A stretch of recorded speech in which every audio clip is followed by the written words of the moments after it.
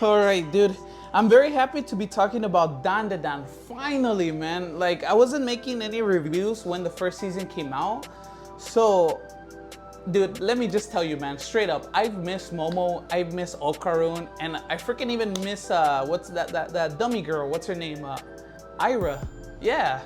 So yeah, I'm very happy to be talking about Dandadan. Finally, dude, like a really good show, dog. It's really good. So I am late for reviewing Dandadan Evil Eye, which covers episode 1 through 3. But that's because I have like, a job. So since everybody on the internet already reviewed Dandadan Evil Eye, I'm gonna review it. What's going on, dog? I'm so excited. All right. I'm gonna review it a different way, right? And I'm gonna be calling it The Art of Dandadan Evil Eye, episode 1 to 3. So I'm gonna be going over the art and the structure, the sound and music, breathtaking on the big screen, the story, the characters, and the cliffhanger, man. So yeah, spoilers ahead, I guess, even though like people already reviewed this. And let's get started with some Dandadan. By the way, dude, make sure to subscribe. I have the Dandadan limited edition Blu-ray coming in, so I am gonna make an unboxing for that, man. Oh, dude, I'm so excited about it. Look, it's been a long time since like an anime has made me like happy.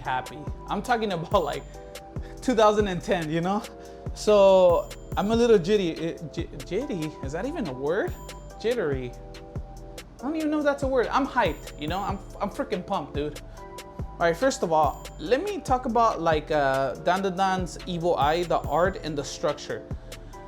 The story to Dandadan Evil Eye is very well done. It's very well paced. You can tell the love that went in it, right? So Dandadan season 1 and season 2 had like this like maybe like since I think November. It took a break on November and it came back like in June. It's coming back in July. It's a good gap, right? And like unlike what's his face, Sakamoto Days and Fire Force, that they took like this like really long gap. This shows it, man, because the animation and the attention to detail, the art, you could tell that they took their time on it, right? And if you go to the movie theater, they actually talk about the art and like how like there's 2 directors now, and like one of them had to like watch like old Japanese movies because the city is like detoned, it's like decolored on purpose compared to the first season, man. So very interesting stuff. That's why I recommend, if you haven't seen the movie version or the interview, to check up the interview. I'm a big fan of like when buildings are stacked onto each other and these really wide panels that you see, like especially in the movie theater, man. The backgrounds, the landscapes, like the color, the people, everything is really well done. Really well done. And it's Studio Sorrow's like attention to detail, man. Like there's really like no anime coming out right now that like has wowed me like that. All right, so right away we're skipping to the sound and music. Look, Dandadan Evil Eye, like even though we didn't hear the new intro in the theaters, the sounds effect, man. Let me just start off with what's his face, Gigi. So when Gigi turns into like the Evil Eye, he basically does like Sensui from Yu Yu Hakusho, where he gathers all the souls in his hand and he uses it as a soccer ball, right? So very nice reference to Yu Yu Hakusho right there. So what I really love about like this is that like you can hear the screaming of the souls, because like all those souls are like basically the tormented souls that got sacrificed to the earthworm that lives right there. So whenever Gigi like kicks the soccer ball, you hear the soul screaming, man, and that is some attention to detail that I nutted in the theater, dog. Yeah, let me just say it. Very cool when Okarun gets hit by the soccer ball of souls. You can hear the soul screaming, dog. And then when he gets trapped inside the little house that he makes from the same energy, when Okarun gets trapped, you hear the screaming of those souls. And it's like a very good attention to detail in the sound animation, right? That's not to mention the music. The soundtrack is just as good as season 1's, but I noticed that this is more house-like, like more dubstep, and it fits, man. It's really good. Like most of my ears were freaking like enjoying the sound that went into Dandadan. It's really good, man. It's really good. Did I mention it's really good? That's not to mention like the earthworm when like it does the little thing to like make you go insane and kill yourself, and you hear the sound effects. That was good too. Let's go on to seeing Dandadan on the big screen. Dog, it is breathtaking. It's good. So when we went to go see Dandadan Evil Eye, we saw it on laser in IMAX, so it looked really nice. I just couldn't believe like the attention to detail like in every drawing, right? So they start you off with like a recap episode, recapping like season 1, and just seeing those images blown up on a big screen, it's very freaking cool, dude. The animation, like the markers, like you can see the 3D models too, but everything blends so good, and it's like it's Studio Saru's like love for animation, right?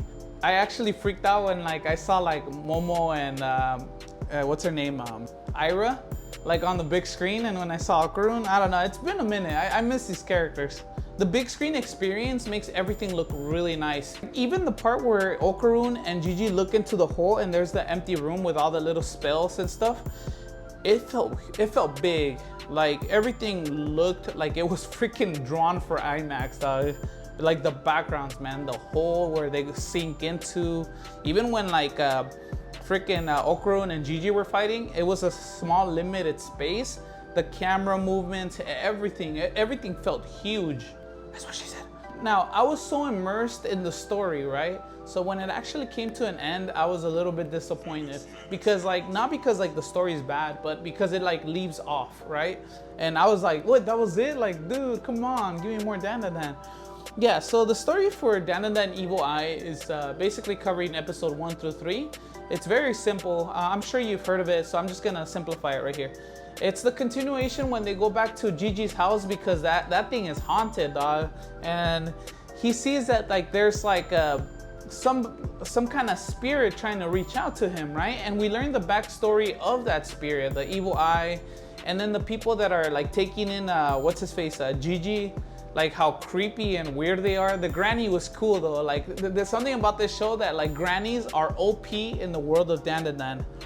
And so we see that Gigi like has compassion for the spirit once they get swallowed up, and he actually merges with it. He gets controlled and fights Okarun, right? But all of this has like a special thing. Every character gets like really well developed. Gigi gets like really well developed. I ended up liking Gigi after this, like a lot actually. Even Okarun, even the granny, you see their motivations, the town, yeah. And it's a shame that it ends on a cliffhanger, man. That cliffhanger, oh my gosh. I don't know how they're gonna freaking solve that a volcano is erupting, right? Because they do have spiritual powers, but not powers to stop the force of nature like a volcano, okay? And yeah, I just wanted to wrap up this quick review for Dandadan Evil Eye. Like I shook booty in the theater for this. I just wanted to wrap it up with the characters, man. From Turbo Granny to Psycho to just the town folks, like the creepy lady that knows Kung Fu, the earthworm, even Evil Eye itself. All these characters, man, are very well written, and it freaking makes me happy. This anime makes me legit happy, dude. It freaking brings me out of depression. Not just kidding. No, but for real, guys, everything about this show makes me really happy. I can't wait to review this show like weekly, and just the animation, the music, everything. It justifies the break they took, right? Because with Sakamoto Days and like Fire Force, like the big gaps that they're taking or the breaks, just to see them like kind of like, yeah, like anime, it looks pretty, but not like to the attention of detail of Dandadan, right? Dandadan, you can tell they took a break, but with Sakamoto Days and like Fire Force, they just took a break just to like make more money. But I don't know, man. Anyways, what do you guys think about like Dandadan? Make sure to comment. I'm hyped for this. Make sure to subscribe because I am doing an unboxing of the limited edition box set. And I'll see you guys later.